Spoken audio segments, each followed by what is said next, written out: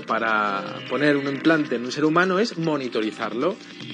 Es posible que la monitorización tenga una doble función y pueda servir también como un vehículo de transmisión, y al activar ese clic estaríamos controlados.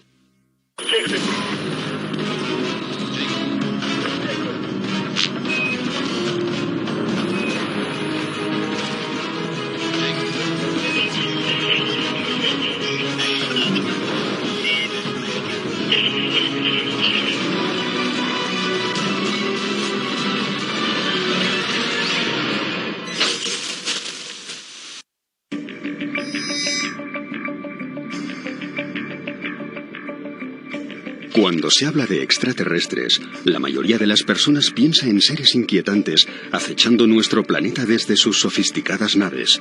De ser cierto, ¿no sería entonces descabellado pensar que estuviesen viviendo entre nosotros? Yo estoy convencido de que el contacto ha existido a lo largo de toda la historia de la humanidad conocida. Puedo, por muy difícil que parezca, afirmar que esos seres adquieren la forma humana y que están entre nosotros de forma casi imperceptible. Solo el que ha tenido esta experiencia puede distinguirlos. Quizás sería interesante acudir a las hipótesis que formulan científicos, por ejemplo, como Alan Davis, de la Universidad Estatal de Arizona, que defiende que en un momento determinado los podríamos tener delante de nosotros, pero no saber interpretarlos. ¿Por qué? Porque sería una especie de código encriptado del que todavía nos faltaría ese arma, en definitiva, ¿no?, para poder saber dónde están, cómo son, aunque los tuviésemos delante. Diferenciar a un infiltrado o una persona que pudiera venir de otro planeta, de otra dimensión, y que estuviera viviendo con nosotros, indudablemente sería muy difícil. Pero hay una cosita que quizás sí nos haría detectarlos. Serían esas habilidades de percepción extrasensorial que indudablemente habrían desarrollado. Detectarlos, por lo tanto, en su forma de ser, en su filosofía, pero sobre todo en sus facultades. Está comprobado por todos los investigadores que las abducciones tienen un fin genético para la creación de seres híbridos. Estos seres se transforman en humanos con capacidades especiales y se integran en la sociedad sin ser detectados.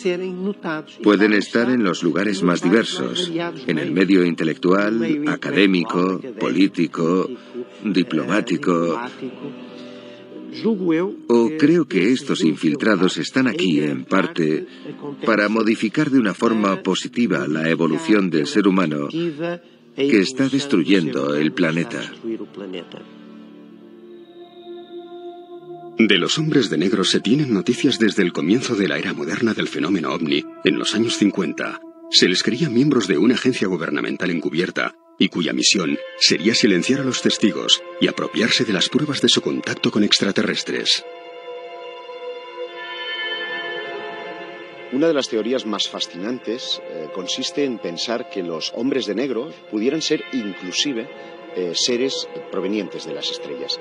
Y es porque en algunos casos se describió a estos sujetos como hombres de rostro aceitunado, con ojos almendrados y carentes de cejas, lo que hizo pensar que esos rasgos podían obedecer a una raza que eventualmente habría ya establecido contacto con los seres humanos. Pero la mayor parte de casos que sí se produjeron, lo único que certificaban era la probabilidad de que los Men in Black, los hombres de negro, no fueran otra cosa más que agentes de los servicios de inteligencia de los países en los que se producían los diferentes avistamientos, que querían tener más información sobre algo que socialmente estaba teniendo una repercusión extraordinaria y que además ofrecía una serie de pruebas y evidencias de que fuéramos visitados por naves llegadas de otros planetas.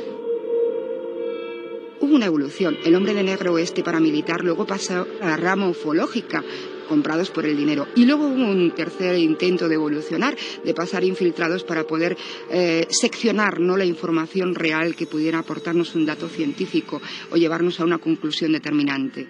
Eso fue el momento en que se convirtieron los hombres de negro en nuestros amigos psicólogos, psiquiatras que nos daban pastillitas y que nos decían que estábamos sufriendo algún tipo de enfermedad y trastorno, y que algunas veces nos llevaban a esas salas con vestidos blancos y que nos hacían ver que todo era una locura, una fabricación de nuestro cerebro.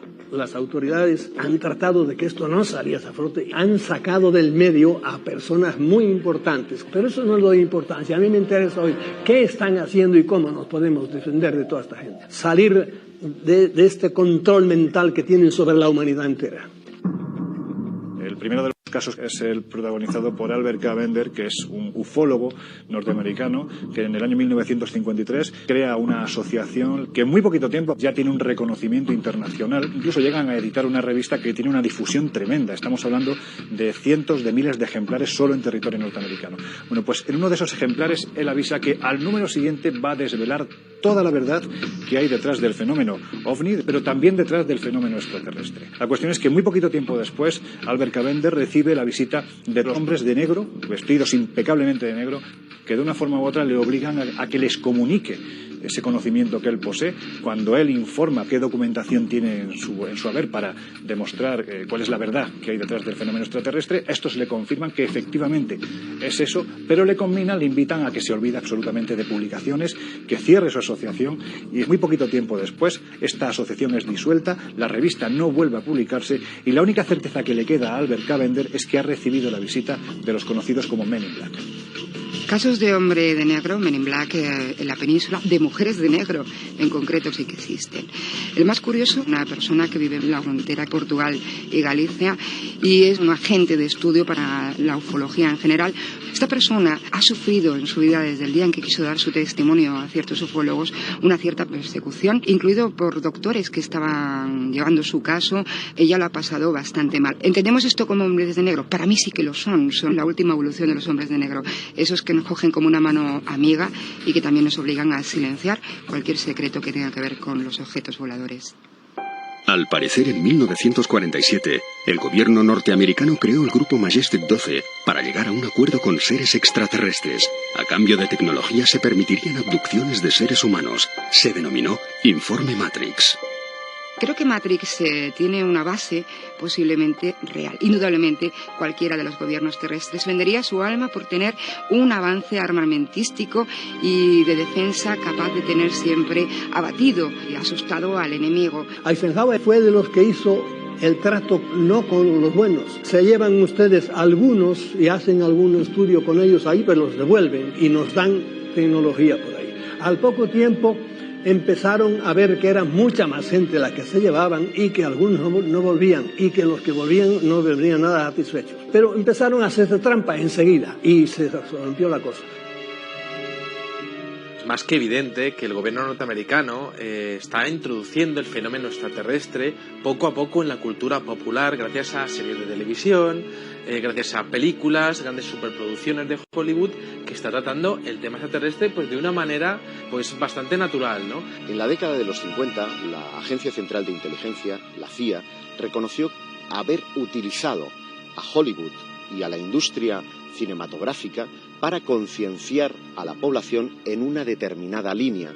Muy relacionado con el belicismo, como si ya se estuviese predisponiendo a la población para aceptar una posible invasión extraterrestre y un posible contraataque extraterrestre, ¿no? Esto ha tenido también una evolución en la misma medida en la que los ovnis han ido evolucionando, lo que hace pensar que, en efecto, las agencias de inteligencia están utilizando las series de televisión, el cine, los medios de comunicación como un sistema de creación de opinión, como un sistema de concienciación global.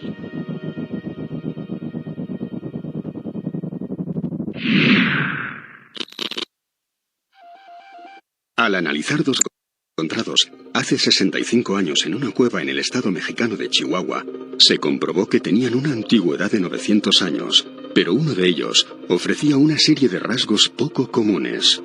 Los investigadores estadounidenses Lloyd Pate y Mark Bean han afirmado que el extraño cráneo pertenecería a un ser híbrido de madre humana y padre de raza desconocida. Le llamaron el Niño de las Estrellas. En el análisis hecho sobre el cráneo de ese personaje, se detectó ADN mitocondrial femenino, pero no masculino. Por tanto, es alguien que tiene madre, pero no tiene padre. Es evidente que ha de tener padre, pero nosotros no sabemos leer ese ADN masculino del personaje. Se cree que no tiene padre porque no encontramos el ADN paterno. Lo interesante es que a día de hoy no se ha conseguido determinar si las modificaciones que tiene ese cráneo son naturales o pertenecen realmente pues, a una modificación genética por parte de una hibridación. Hay ejemplos de otros casos idénticos en Portugal. Que yo conozca, hay 2 casos de esqueletos o parte de esqueletos, concretamente de cráneos, que pueden estar asociados al caso Star Children y, por tanto, a personajes no terrestres. Esos 2 cráneos estaban mezclados con cráneos terrestres comunes. En comparación, son más pequeños. Tienen una cresta ósea en lo alto de la cabeza y tienen unas órbitas enormes comparadas con el cráneo humano común. Los llamados Star Children son seres que se encarnan en la Tierra y por tanto adquieren la forma humana, pero su alma es un alma estelar. De ahí que vengan con el propósito de armonizar la Tierra con algo que es obvio, pero que muchas personas no aceptan, que es la idea de que la Tierra no está aislada del resto del cosmos, de planetas o de otras estrellas. Todo está interrelacionado y en nuestra cultura lo olvidamos. Los Star Child pienso que son el indicativo de que estamos en los inicios de un nuevo tiempo. Es una cuestión cuasi filosófica el hecho de darnos cuenta de que somos seres abandonados, por decirlo de algún modo, en esta gran soledad cósmica que significa estar flotando en un planeta errante en el sistema solar, y por lo tanto pienso que el camino del ser humano no está exclusivamente en nuestro entorno más inmediato, sino que está en las estrellas, que es a fin de cuentas de donde pienso que procedemos. La teoría de la panspermia plantea que los elementos básicos para el origen de la vida pudieron distribuirse por todo el universo y llegar a la Tierra incrustados en restos de cometas y meteoritos. Partimos de la base de que si la teoría de la panspermia es cierta, la vida en la Tierra es de origen extraterrestre y nosotros mismos somos de origen extraterrestre. Creo que la vida es un fenómeno generalizado en el universo y que muy posiblemente en la evolución del ser humano desde los primeros homínidos hasta la actualidad ha podido haber injerencias que han determinado que seamos capaces de construir pues el mundo que hemos construido y muy posiblemente el mundo que hemos construido en algún momento y que hemos olvidado.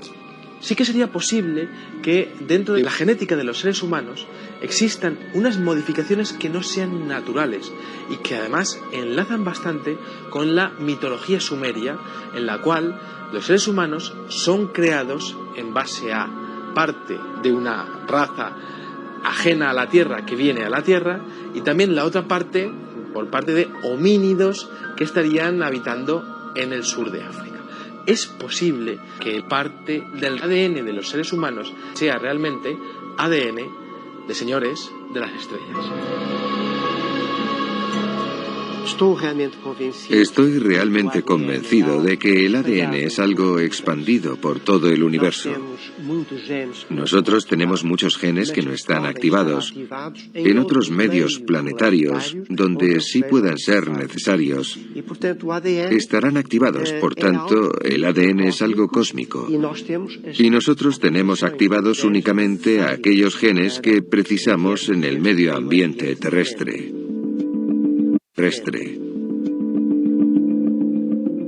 En muchas partes del mundo se han encontrado cráneos alargados.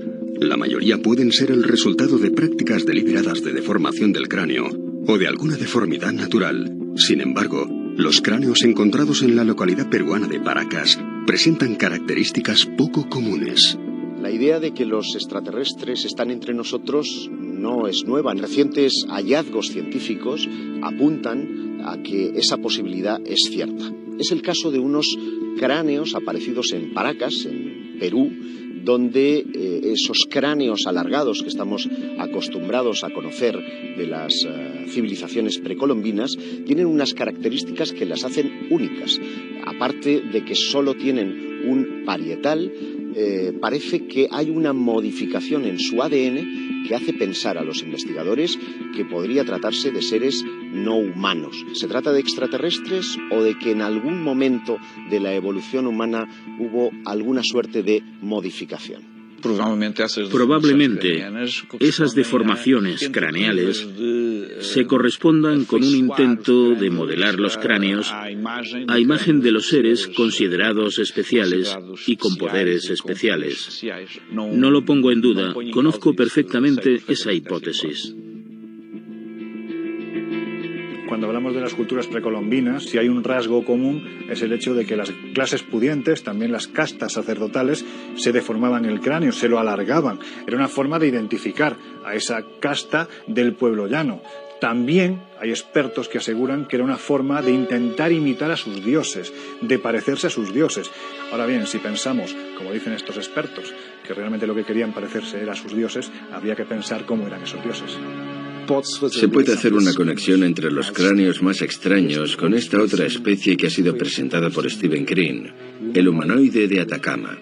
Este ser pequeño que, de acuerdo al análisis genético que se le practicó, apenas tendría un 91% de concordancia genética con nosotros, sabiendo que el chimpancé tiene el 98%, el hombre de Neandertal el 96%. Este ser pequeño, a pesar de tener código genético humano, se sabe que parte del padre y parte de la madre sería humano. Al igual que a esos otros cráneos les falta una parte, es humano apenas en un 91%. Estamos ante un ser que, según los análisis, debería tener 8 o 9 años, pero que realmente apenas mide unos 12 centímetros.